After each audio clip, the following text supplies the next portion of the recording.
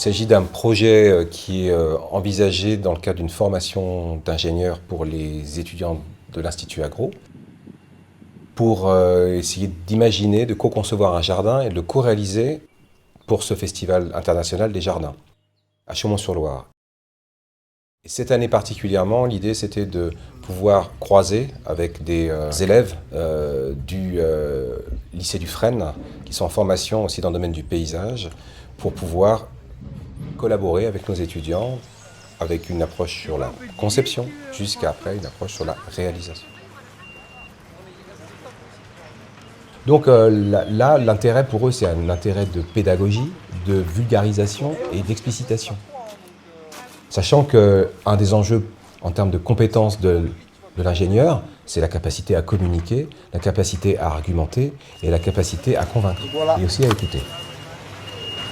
C'est surtout, on va dire, ceux qui sont à AgroCampus qui vont nous dire les choses à faire, et surtout c'est eux qui ont les connaissances. Donc c'est plutôt eux qui vont nous dire quoi faire sur le chantier, et nous on va exécuter les tâches et aussi apprendre des choses au niveau des végétaux, etc., des techniques, de la mise en place.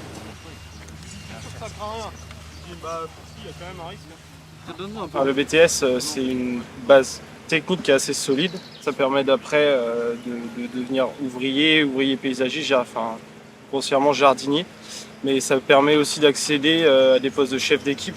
Et là, du coup, il y a un peu de management, de coordination, de gestion d'équipe. Et ça peut aussi permettre de, ensuite, par exemple, aller en école d'ingénieur ou faire une licence sur différentes thématiques plus précises. Cet intérêt de croiser des publics d'apprenants différents et que des étudiants ou des élèves du technique voient aussi l'intérêt de pouvoir envisager des formations supérieures dans le domaine de l'ingénierie, dans le domaine du paysage, et donc du coup d'être aussi sur une opportunité de rencontre, de sollicitation ou en tout cas de motivation pour la suite de leur parcours.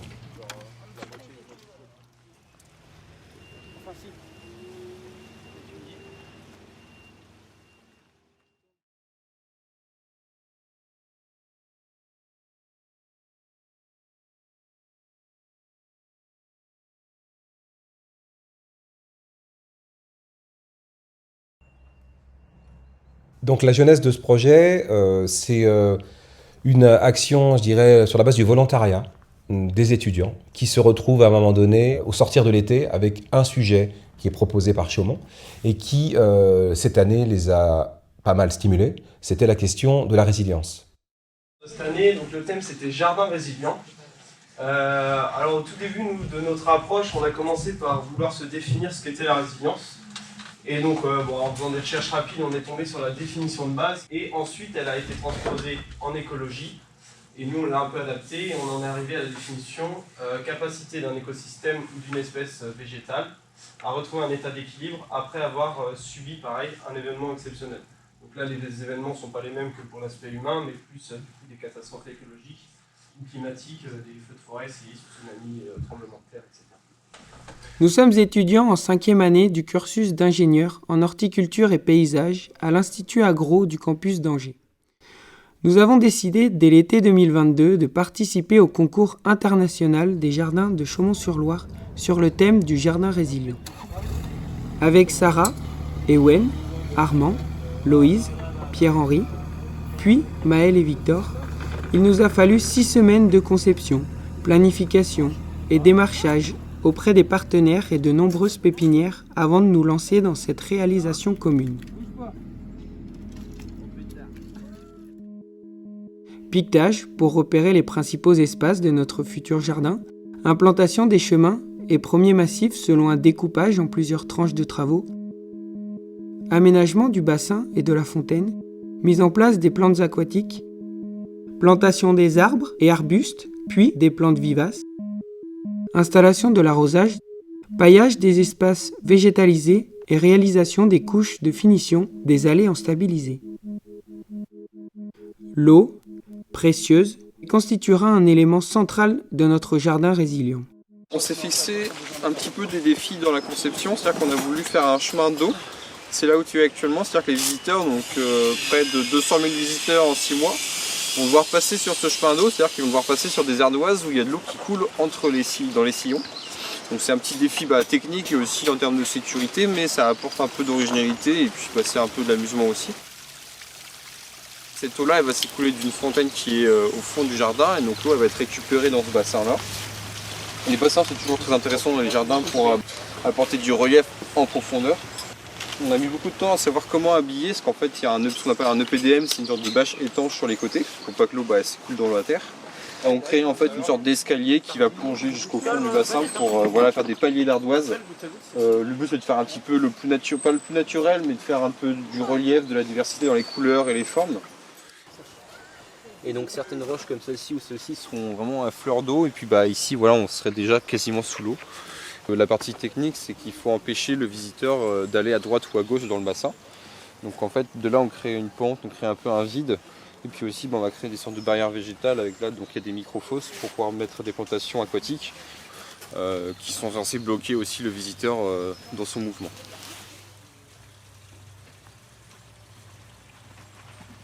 Amener de la fraîcheur et amener aussi par le bruit de l'eau, le clapotis, puisque ça va être de l'eau qui va être courante, un confort. On peut faire allusion au jardin Alhambra, au jardin mort, etc., où il y avait une présence de l'eau qui était systématique.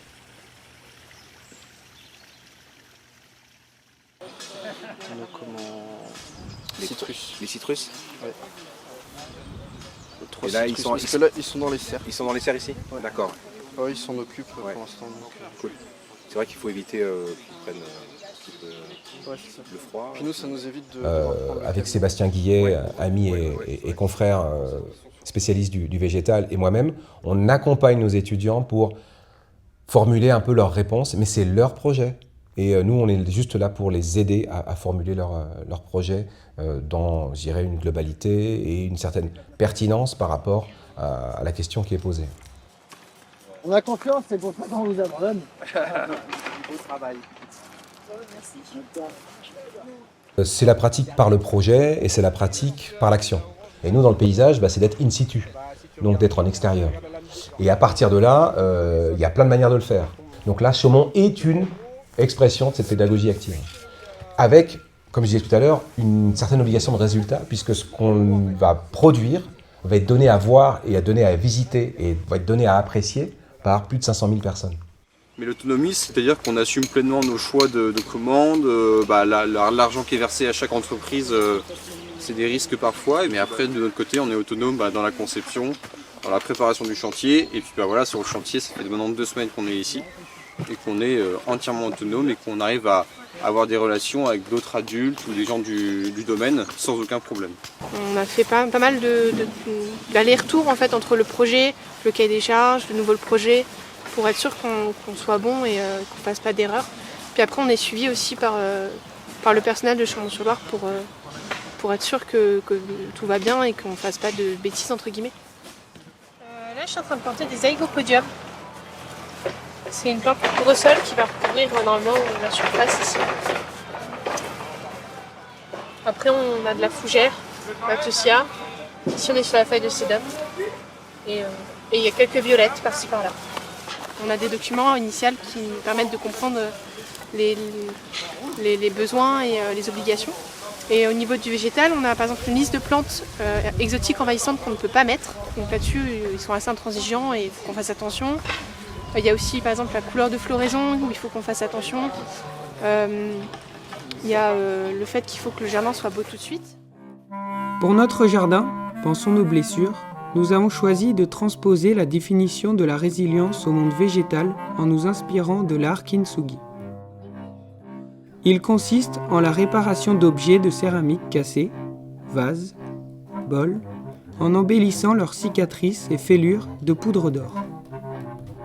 Ce jardin propose aux visiteurs un voyage à travers un espace végétalisé et marqué par des cicatrices, représenté par des allées fragmentées, des parcours rompus et soulignés par des fissures révélées par la luminosité des sédums présents dans les massifs.